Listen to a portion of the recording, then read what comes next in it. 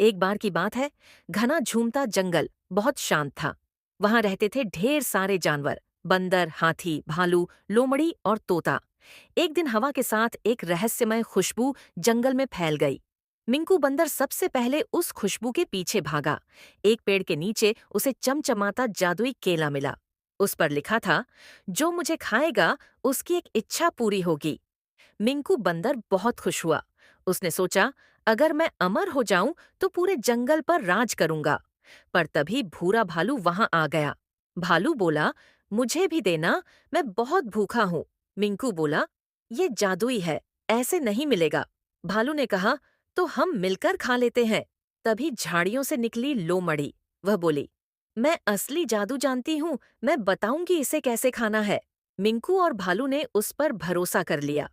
लोमड़ी ने एक बड़ा पत्थर उठाया और कहा, इस केले को काटना पड़ेगा, नहीं तो इसका असर नहीं होगा।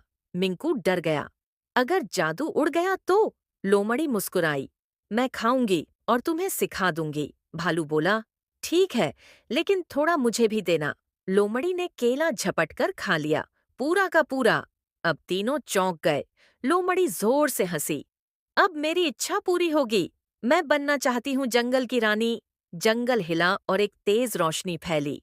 आकाश से एक चमकता तोता उतरा। वह थी रानी तोता। रानी तोता जंगल की रक्षा करती थी। उसने पूछा, लोमड़ी, क्या तुमने धोखा देकर जादुई केला खाया? लोमड़ी बोली, हाँ, अब मैं रानी बनूंगी। तोता बोली, लेकिन जादुई केले में एक शर्त थी, सच्चा दिल चाहिए। तुम लालची हो, जादू उल्टा असर करेगा। लोमड़ी के शरीर से धुआं निकला और वह एक मामूली लोमड़ी बन गई। अब उसे कोई जादू नहीं रहा।